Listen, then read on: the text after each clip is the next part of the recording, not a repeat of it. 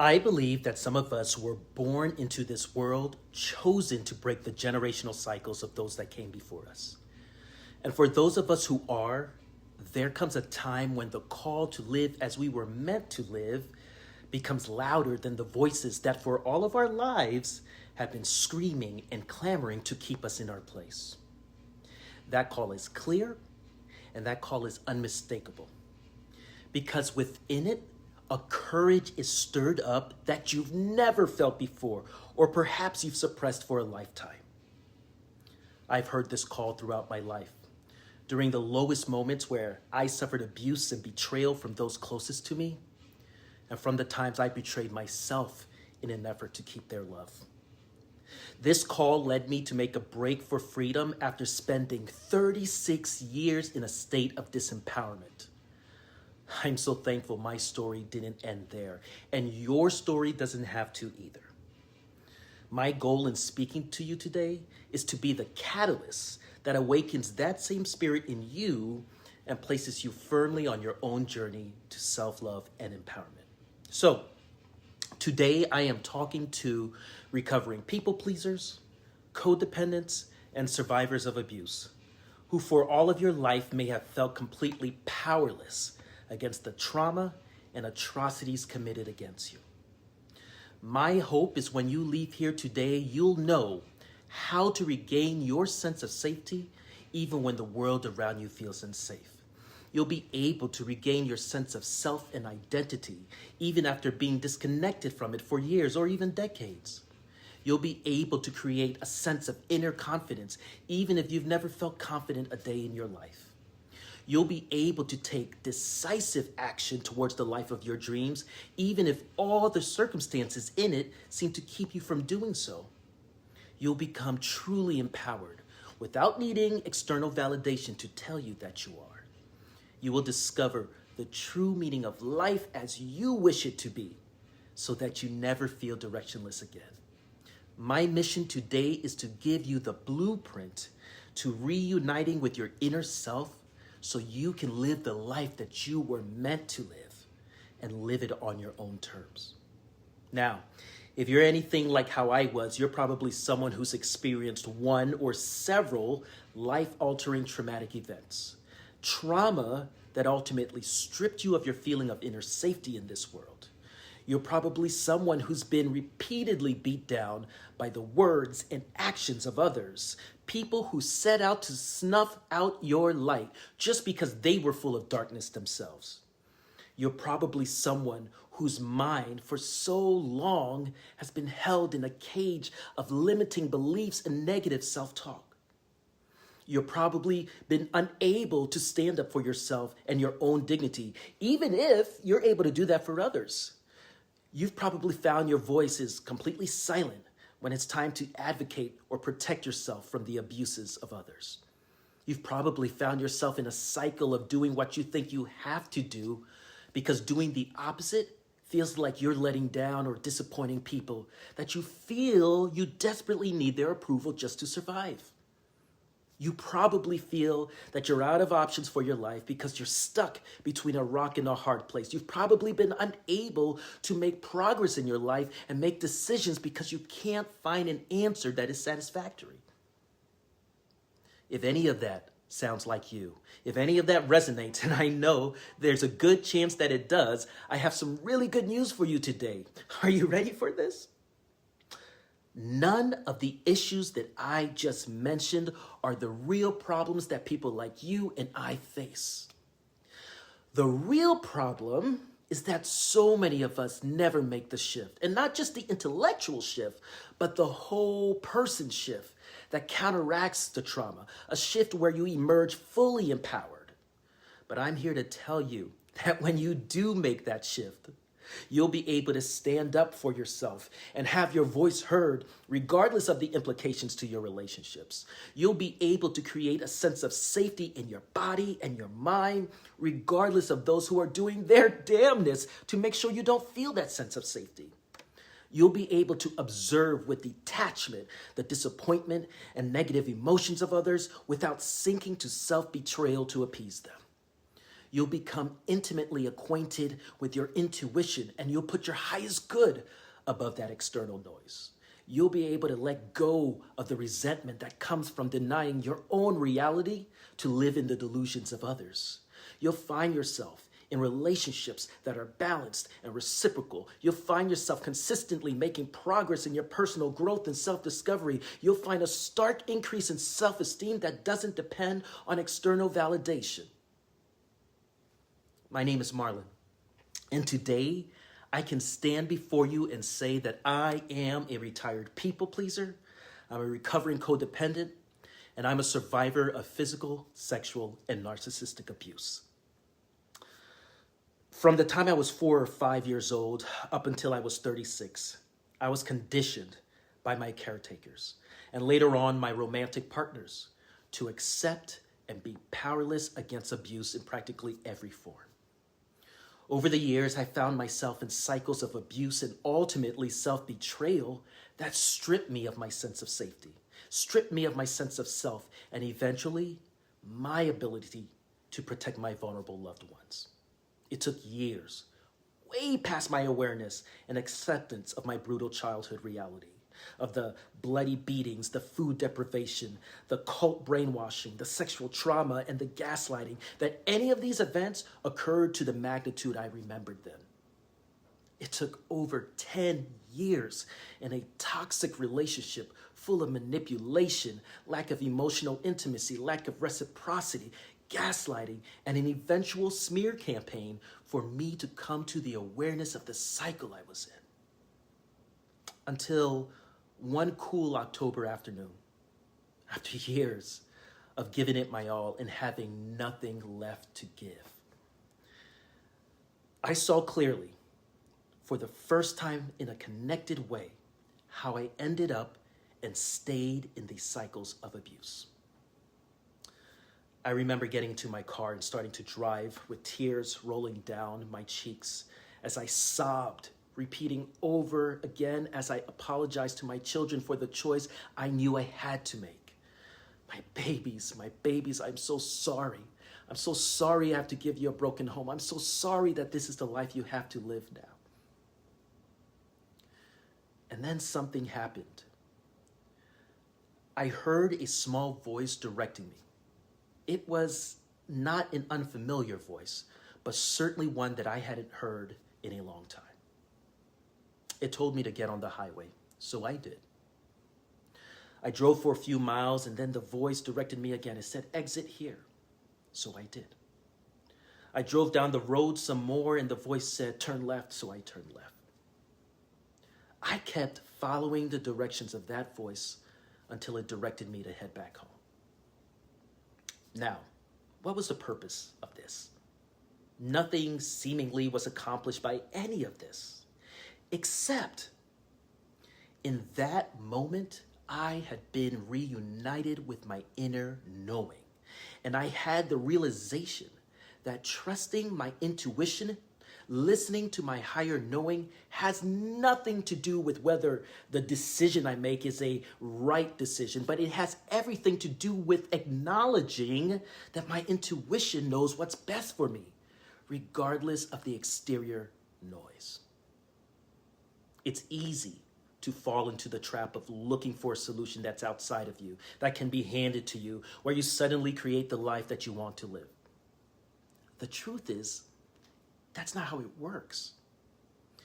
In my experience, I've discovered that there are about 5 incremental shifts that any recovering codependent, people pleaser, or abuse survivor needs to leverage to unlock their full potential and live life on their terms. And today I want to share them with you, beginning with the first one. Tell the truth. You have to tell yourself the truth about the situation in front of you. Abuse and manipulation, it's complicated. It's complicated because it rarely comes from a complete stranger. In fact, it primarily comes from family members and loved ones, those closest to you. It's complicated because you may have shared some of the happiest moments of your life with these people, as well as your darkest days. And you're left constantly evaluating Which one bears a heavier weight on your lived experience? What usually ends up happening is that we excuse inexcusable behavior because we believe that these people just need one more chance, one more conversation, one more letter, one more carefully crafted communication that's filled with compassion to show them how much they're hurting us. And then they'll finally get it, apologize for their behavior, and change their habits. But this never happens, right? It never happens. It never happens because abuse is not about hurting you. It's about controlling you. It's entitlement at its worst. It's about keeping you in a position that serves a purpose for the abuser. The purpose may be for them to feel superior to you because they feel their lives don't reflect an existence they believe they deserve. It may be about feeling power because they feel so powerless in all the other areas of their life. So when you resist their control, they punish you with abuse to make you compliant once more, or at least until you no longer serve a purpose for them. It is at this point that so many of us re-enter the cycle of abuse and codependency, believing that our compassion and empathy will be the tonic to their toxicity. But something to think about is that water has no effect on fake flowers. Did you catch that? I'll say it again. Water has no effect on fake flowers. When we repeat the same toxic cycle, we are in essence watering fake flowers that will never bloom. That's why it's so important that we face the truth and call it by its name. Look, I work hard and I don't give up. My natural state of mind is that I'm just one solution away from fixing whatever problem I'm facing. This mindset has been invaluable to me. But it's also a two-edged sword. If you're like me, you may have discovered that you hang on to people and situations for far too long when all the indicators show that they shouldn't be in your life. A defining moment for me came in a session I had with my therapist after working with her for years on the same issues within my relationship. And she challenged me to write down all the characteristics that I needed in a partner and to ask myself if my then partner reflected that. Whew. As you may have guessed, the answer was a resounding no. But now what? Now I had a decision to make. Either face the reality of my situation or ignore it, knowing that it would never change and continue the toxic cycle to my own detriment. I had no other choices. Clarity of what your next moves need to be comes from focusing on the facts of what's in front of you right now. It comes from telling yourself the truth. And if you, like me, find yourself in a situation where you can't seem to make out what the truth is, here's what you need to do. Ignore their words and look at their actions. Because regardless of the smoke and mirrors, actions are a language. So ask yourself, what are their actions telling you? Actions are a language, so ask yourself, what are their actions telling you? If you're not a robot, then I can almost guarantee that after coming to the realization that you've been continuously mistreated, that you've been manipulated, gaslit, let's call a spade, abused, it is only natural to feel a welling up of resentment. Resentment over the harm that you've endured. This is a human experience, and I'm not here to tell you to fight it or to push it down, but I am here to say that there is a way to turn all of it into empowerment. But if and only if you choose anger in place of resentment. The thing about resentment is that it's disempowering. You resent because you feel powerless to change your circumstance, and you're waiting for something outside of you to change it.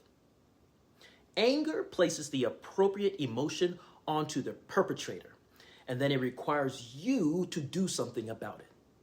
Either accept the situation as it is, knowing that it will not change, or you make the choice to remove yourself from the situation.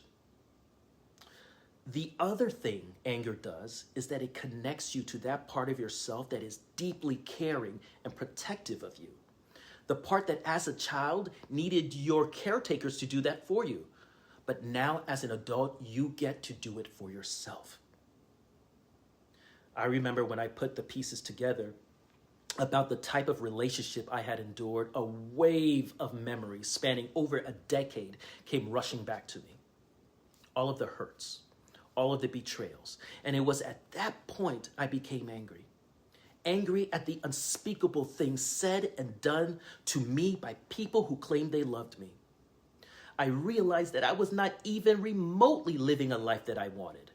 There was zero respect for my boundaries, zero reciprocity, no consistency or follow through of promises. It was filled with manipulation, gaslighting, and betrayal.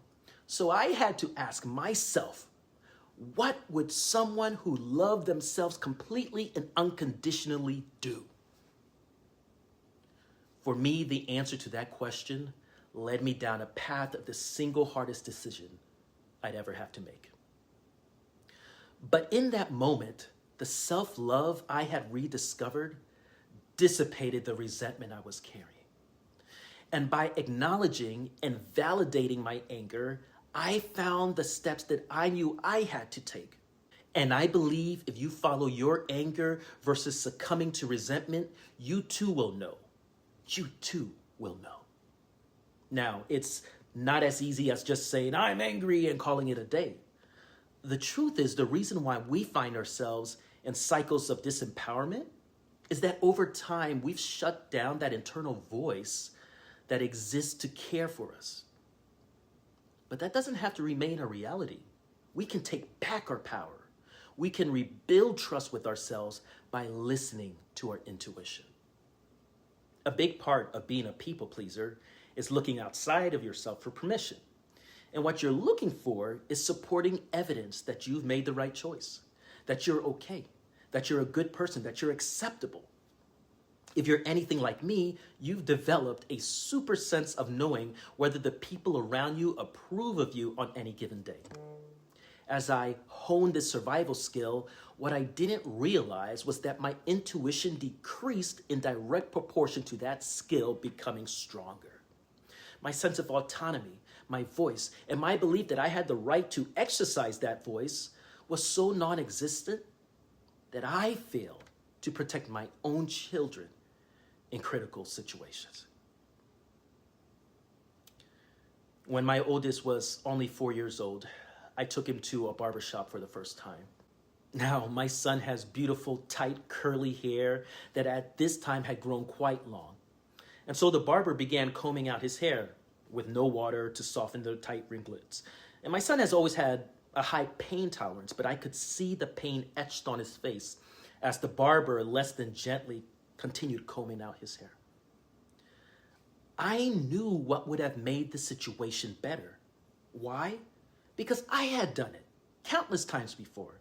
First, I would apply water to his hair, then using a coarse brush, I would brush out his hair, and then finally, before the curls retract again, I would comb out his hair.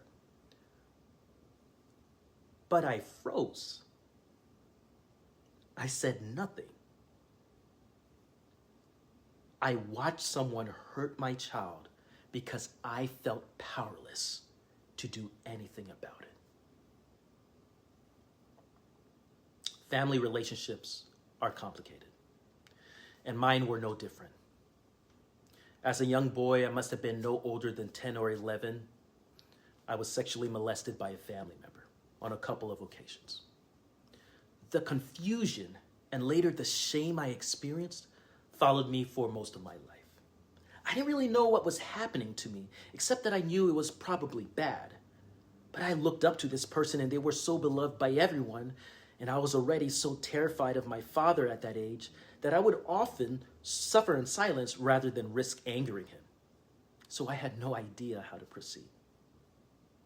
When I was about 16 or 17, I finally summoned the courage to tell my parents about the abuse.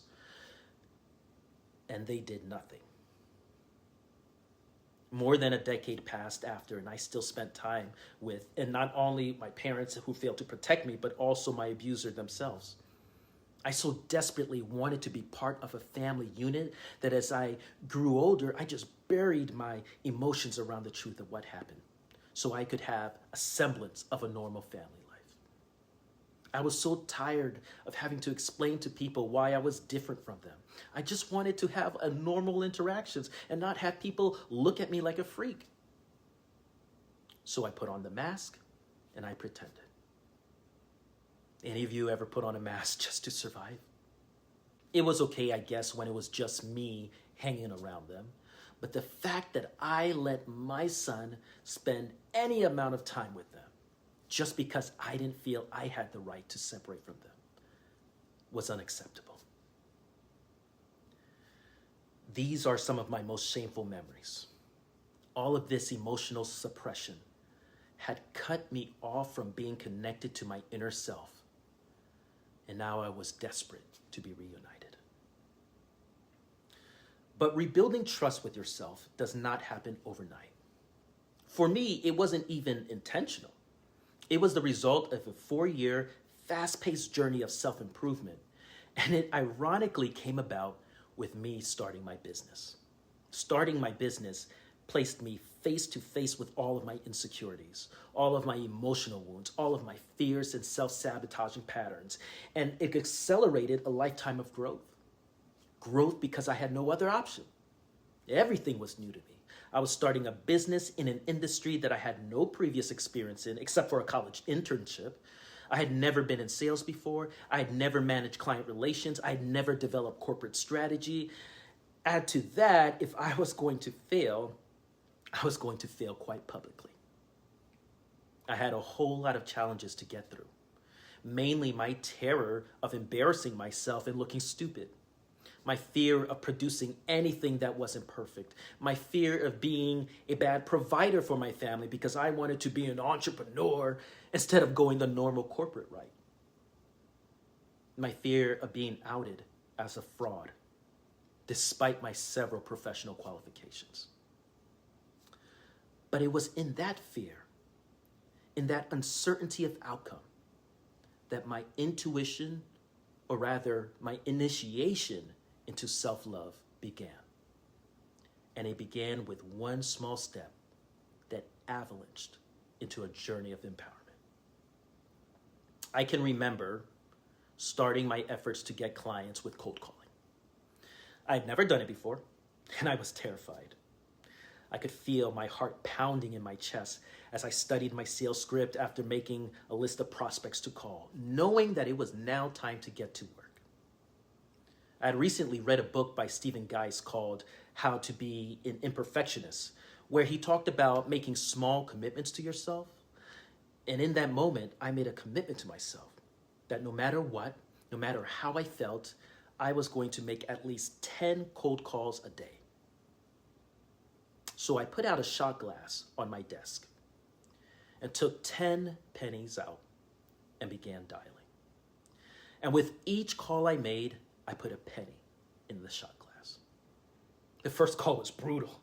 I remember my voice shaking and probably talking way too fast. I'm sure the prospect hung up the phone more confused than annoyed that I called him in the first place. But I got that call done. So I put a penny in the shot glass. The next call wasn't any better. The prospect was definitely not happy to hear from me. My pitch was not quite polished, but I got that one done. So I put another penny in the shot glass. By the third call, I felt a tiny bit better. I had a little bit of momentum, but no positive results. But I got it done. So I put another penny in the shot glass.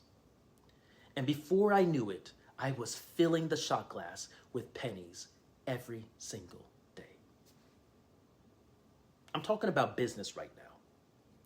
But what this little ritual did for me was give me the proof that I could rely on myself to be consistent and follow through on commitments, even though everyone else in my life could not. And so the trust I had in myself developed my confidence. And consequently, my confidence grew. As I reflect on my life before cold calling, I realized that wasn't the first time I had made a deposit into myself. For years, I had been depositing pennies in the shot glass of my life all along. I remember making a deposit when I went back to my parents' house after emancipating myself. I was visiting my little brother who still lived there, and we had a pleasant enough visit. But for some reason, while I was leaving, my father was angry with my brother and raised his hand to hit him. At that moment, I remember a feeling of strength and righteous anger welling up in my body as I stood there on the walkway. I remember turning around and doing something I had never done before. Pointing my finger at my father, I yelled, "Hey, you don't get to put your hands on people."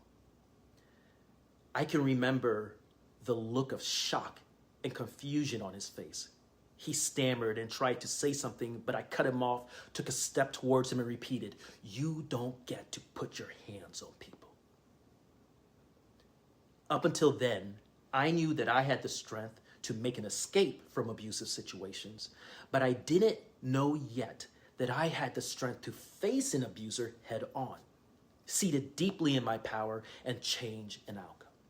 How I did it, I don't know. But what I do know is he never touched my brother ever again.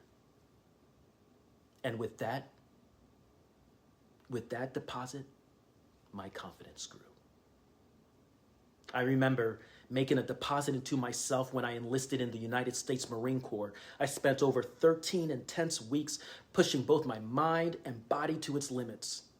There was nonstop incentive training. There were the grueling humps, the obstacle courses, the rifle range, and more, which ultimately culminated into the Crucible. The Crucible is a 54-hour day and night exercise, humping over 48 miles, carrying over 40 pounds of gear. I was so exhausted during the night march from the squad base to the staging area that I don't even remember doing it. I just walked behind the recruit in front of me and woke up at the sight. Over the course of the exercise, I, alongside my squad of fellow recruits, faced 8 challenges meant to push me and them past the point of failure. And all of this was exacerbated by sleep and food deprivation. Specifically, we only had 4 hours of total sleep and about 3,000 calories of food to last the entire event. But there was nothing like the march back from the Crucible. My back bent over from the weight of my pack, watching as the sun peeked over the South Carolina horizon. I was spent. I had given everything I had and more. I remember lifting my head and seeing in the distance the sign above the gates that read, "We make Marines." It was at that time that our drill instructors broke into cadence, singing of our transformation. "Mama, mama, can't you see what this Corps has done for me?" Suddenly, a surge of energy filled my body and that of my fellow recruits, and we joined in the call and response. We filed into the parade deck and stood at attention as our drill instructors, the same men who for 13 weeks tormented us, initiating us into our brotherhood. They pressed a matte black eagle globe and anchor into our hands and addressed us for the first time, not as recruits, not as nasty little things. If there are any Marines out here, I know you know what I'm talking about. But as United States Marines. I remember the tears streaming down my face at the realization that I had made it, that this eagle, globe, and anchor was not given to me. I had earned it with my blood, sweat, and tears. And now I had the honor of being part of the world's finest fighting force. And with that deposit, my confidence grew. I remember making a deposit into myself when I faced discrimination at my first job since leaving the Marines. I was working as a fundraiser, which required a lot of relationship building and cultivation. One day, my senior vice president came into my office and told me that there was an important donor he wanted me to meet and asked if I had time to stop by his office. Of course, I said yes and headed over. When I walked into his office, I was surprised to see that I was not the only person in there. In fact, there were quite a few of my colleagues in the room, and notably, They were all people of color, as was the donor. My SVP then proceeded to say to the donor, "Mr. So-and-so, when we last spoke, you mentioned that it was important for you to see a more diverse workforce." And then my SVP made a sweeping gesture at all of us and said, "I just want you to see what we've done with the place." That wasn't the last incident. Not too long after, I received a calendar invite for lunch with the president and the new diversity hires. Me and my colleagues of color were incensed and made a plan to confront the president. But even though we agreed to speak up at the luncheon, I remember being the only one to speak up and hold the president accountable for the glaringly racist invite. Although I felt alone and abandoned in the moment, I summoned up the courage to speak truth to power, despite the potential consequences to me. And with that deposit, my confidence grew.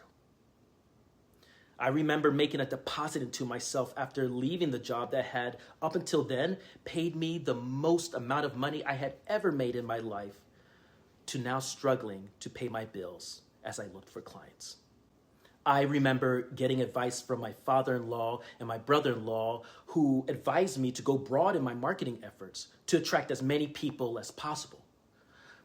But something felt off about that advice, so I ignored it, despite them being both extremely successful businessmen. I decided to follow my intuition and focus on a niche. I was scared. What if this was the worst idea I had ever had?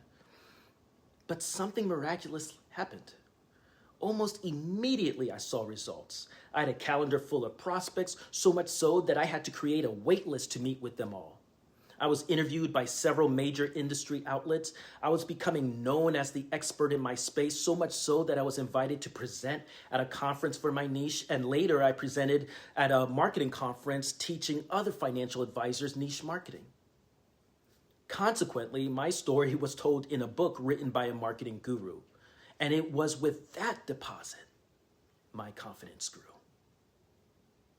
I remember making the ultimate deposit into myself, when after 12 years of a one-way relationship, I decided to choose me and walk away. Even when I knew that no one would understand and they would believe lies and half-truths about me because it fit the narrative. Even after my former partner launched a successful smear campaign where I lost all of my social connections and some family ones too. But I stood alone in my truth and faced the forces arrayed against me.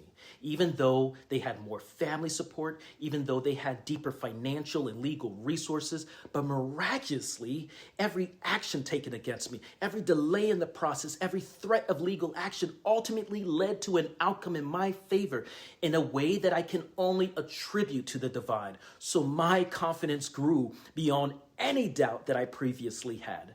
I had done my part. I had faced my fears. I had put my deposits of pennies in my cup, and now that cup was running over. So what's the lesson here?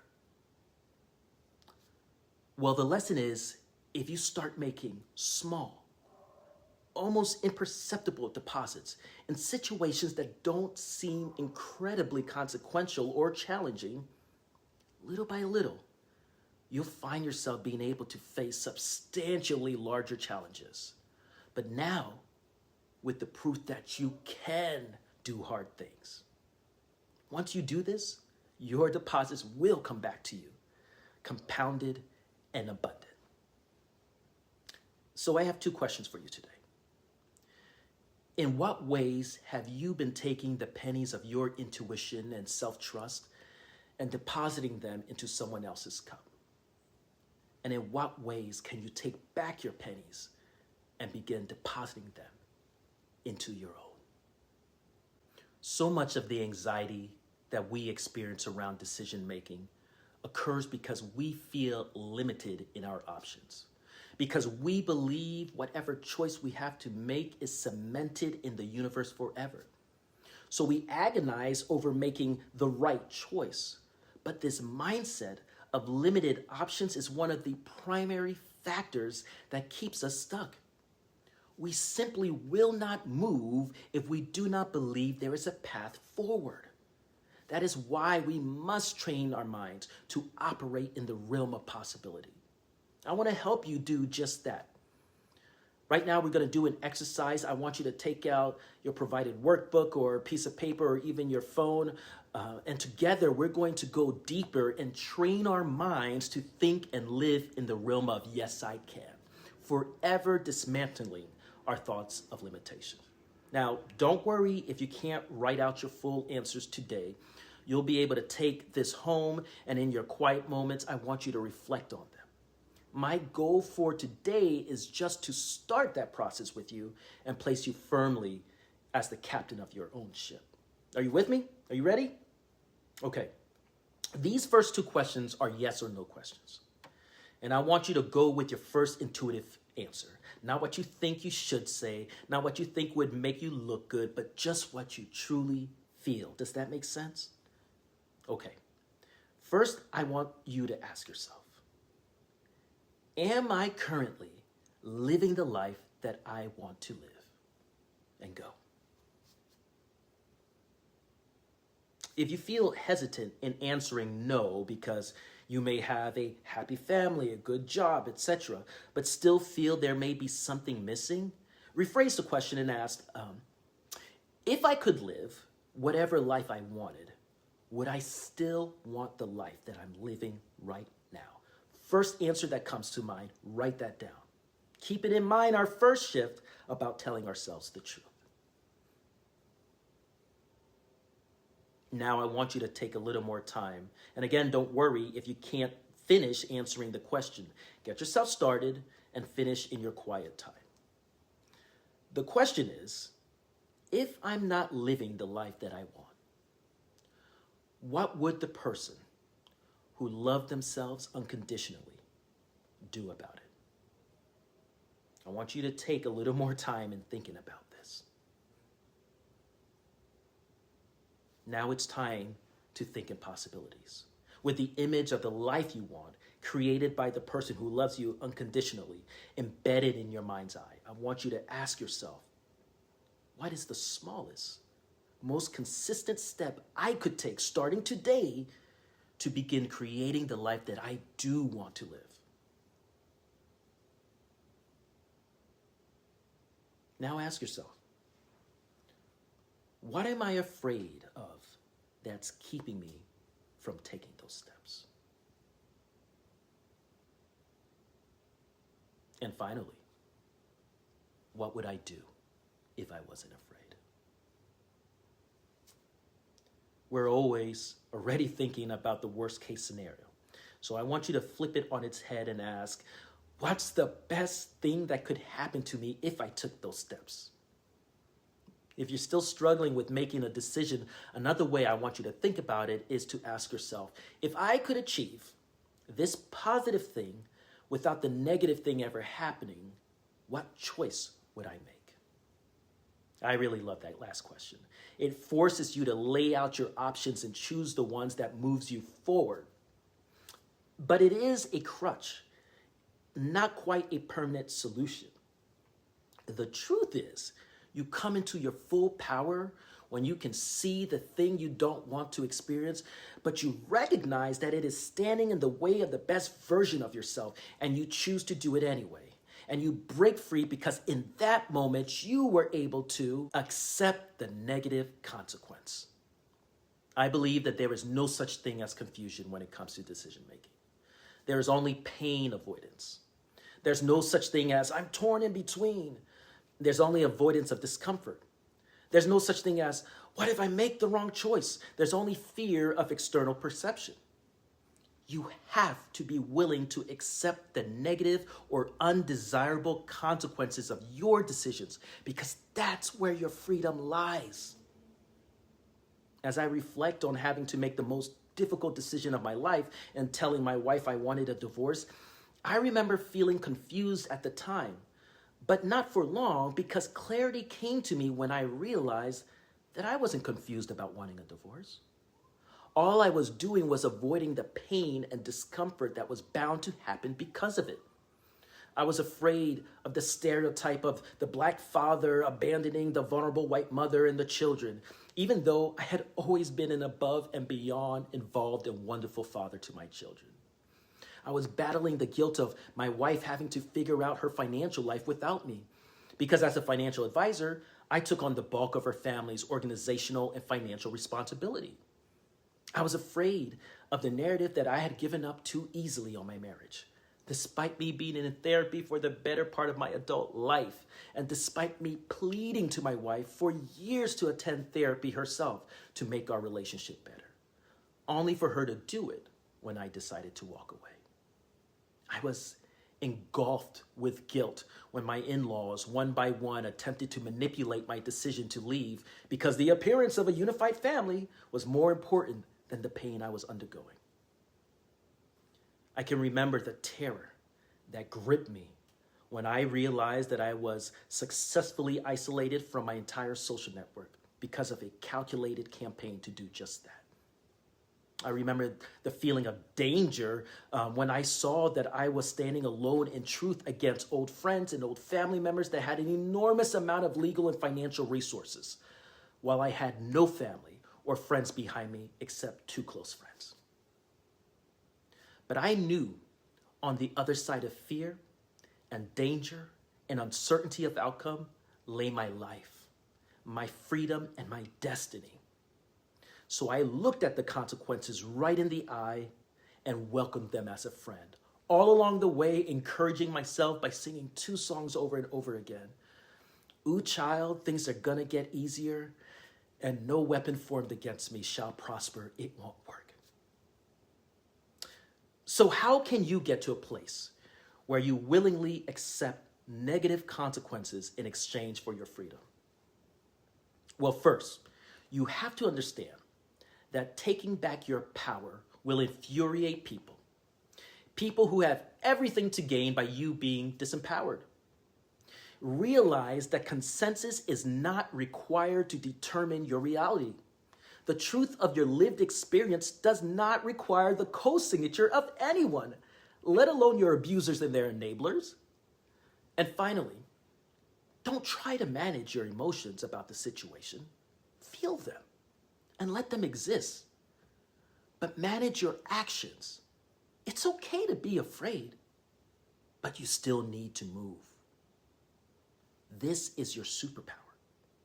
People stay stuck in bad situations because they're avoiding the other set of bad that comes with their choices. But this is how you become truly empowered, uninhibited by the emotions and the opinions and the judgments of others. You let them rage, you let them slander, you let people misunderstand you, and you refuse to try and change their perception. Because when you accept the bad, when you face the negative consequence and devour it like a delicacy, that is when you ignite your momentum.